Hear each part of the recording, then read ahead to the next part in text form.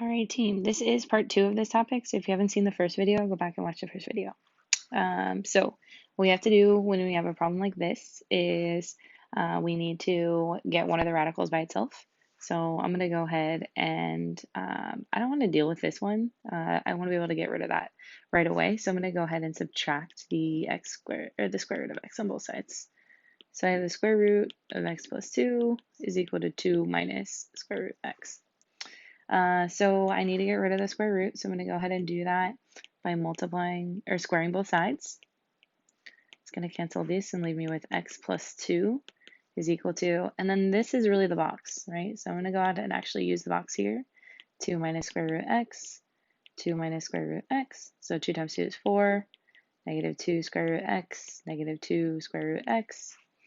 And then negative negative turns into a positive. Square root of x times square root of x is just x.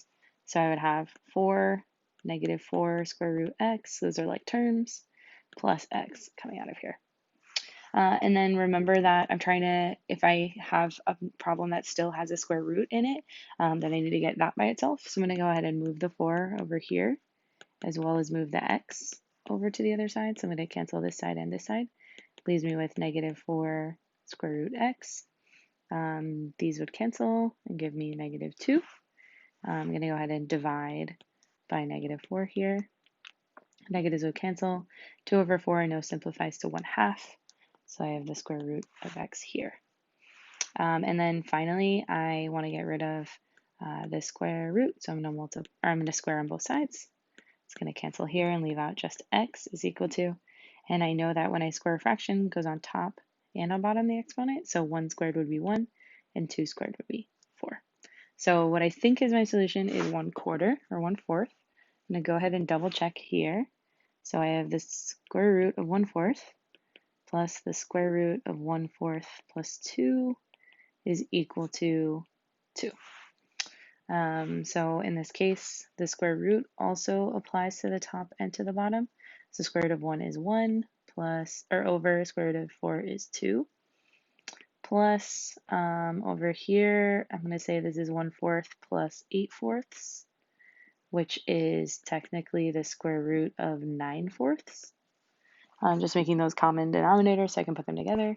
And then I would have the square root of 9 over the square root of 4, which would be 3 over 2, plus that 1/2 that's still coming straight down from that problem. Does that equal 2? Yeah, it would equal 4 over 2, which is 2. So I can see that that is true, which means that my answer is indeed 1/4. So a little bit crazier with the fractions there, but the general idea is that we square both sides. We get one of the radicals by itself, square both sides, and then we can do that again if we need to. Finally, I have one last example here, which is this one when we have a fraction. So I have a fraction. I know that that means division. The opposite of division is multiplication. So I'm going to multiply that on both sides. Give me this here. So these are going to cancel here and give me 6 is equal to, and then square root.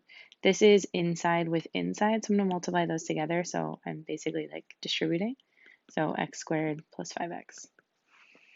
From there, I see that I have the square root again, or I have the square root. So I'm going to go ahead and multiply or square on both sides. So I get 36 equals x squared plus 5x. Move the 36 over so that this is a quadratic set equal to 0. And then I can see that that works with the x factor.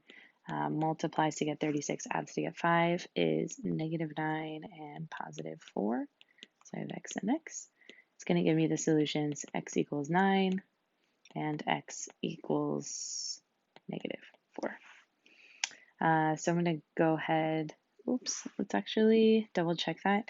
In order to get positive 5 here, I need to have positive 9 here and negative 4.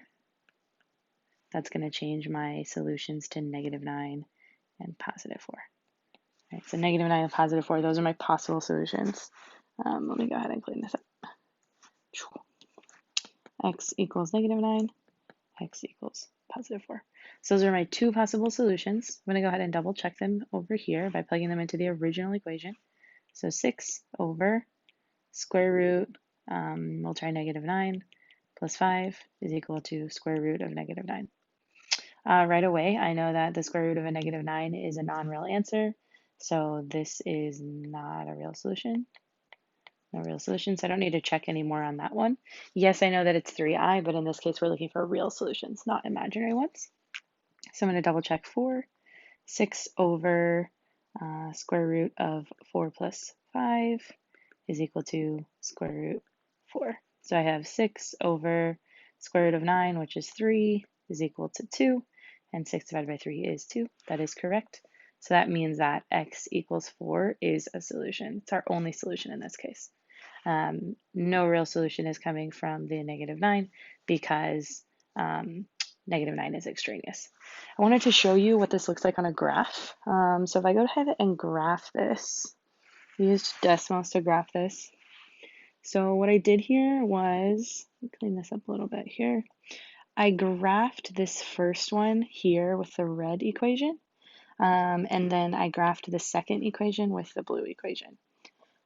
So what you can see is that if we want to know where they're equal to each other, it's where they touch. And I can see that that point is at where x equals 4. We know that negative 9 is extraneous because the blue equation never gets to negative 9, right? The square root of x equation starts at 0. So we can see that the only place where those would overlap is at 4, and nothing is happening at negative 9 there. So that is why negative 9 is extraneous and x equals 4. Thanks, y'all.